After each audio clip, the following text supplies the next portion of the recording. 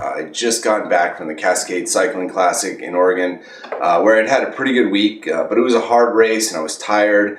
I came home, I was still riding pretty well, so I did a local crit that turned out to be pretty hard.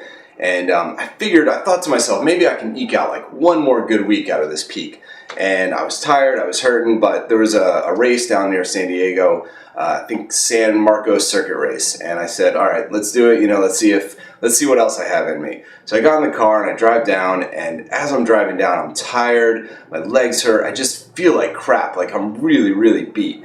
And I'm thinking to myself, like, this is a long drive, no one's gonna know, just turn around, go home, go to sleep, take a nap, forget about it. But what cyclist can do that? So I keep driving, I get down there, and even like when I'm getting dressed, when I'm getting registered, I'm thinking to myself, this is a big mistake. This is just, you're overdoing it. And, but I did it. And so I got my number, I got to the start line, and, when you're in that mindset, right away you just fall to the back. You're thinking to yourself, like, it's a little bit closer to my car if I ride at the back. It's a little bit closer to getting off my bike. And when you're riding like that, even on a good day when you're riding in the back of the pack like that, it really messes with your head.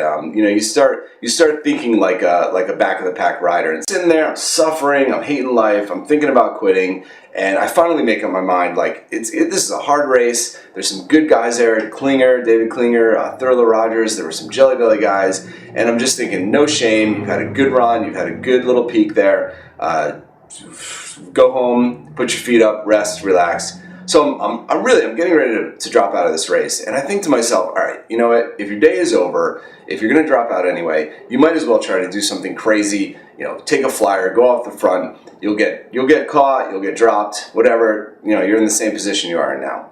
So I move to the front, and the first thing I notice is that just getting to the front, just moving from the back to the front, even though I'm still hurting, I'm still suffering, it changes your mindset a little bit. Suddenly you're in the race. I mean, whereas before you're not even in the race. So suddenly you're in the race, and just as I get to the front, one of these riders, KB Home, I think, attacks, and I jump with him, because that's the plan, right? Nothing to lose.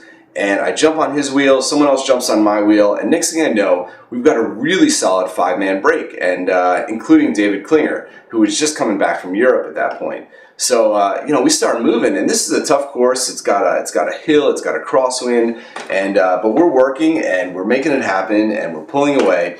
And pretty soon it looks like we've got a decent lead that we're going to hold. And I don't know if it was a minute, maybe 2 minutes. We got away, we moved away from the pack, and I think I maybe came in fifth out of 5 riders in that break, but it was actually the first time I had been in a break in a pro race, so it was a pretty big deal for me. Actually, you know what it was? It was the first time I won any prize money as a Cat 1 pro.